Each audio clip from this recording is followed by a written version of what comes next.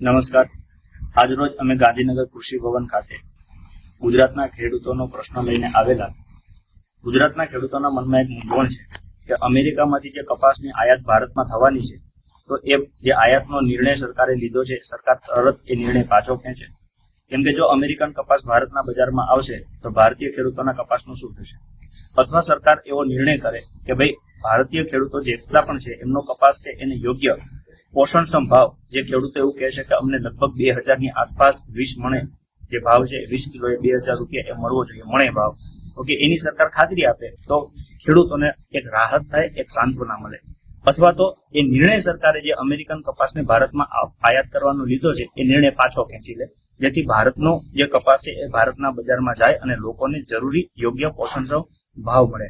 આ બાબતે અમે અહીંયા કૃષિ નિયામકશ્રીને રજૂઆત કરી છે અને એમનો યોગ્ય જવાબ આવનારા 2-3 દિવસમાં મેળવવા અમે ફરી પાછા અહીંયા આવીશું.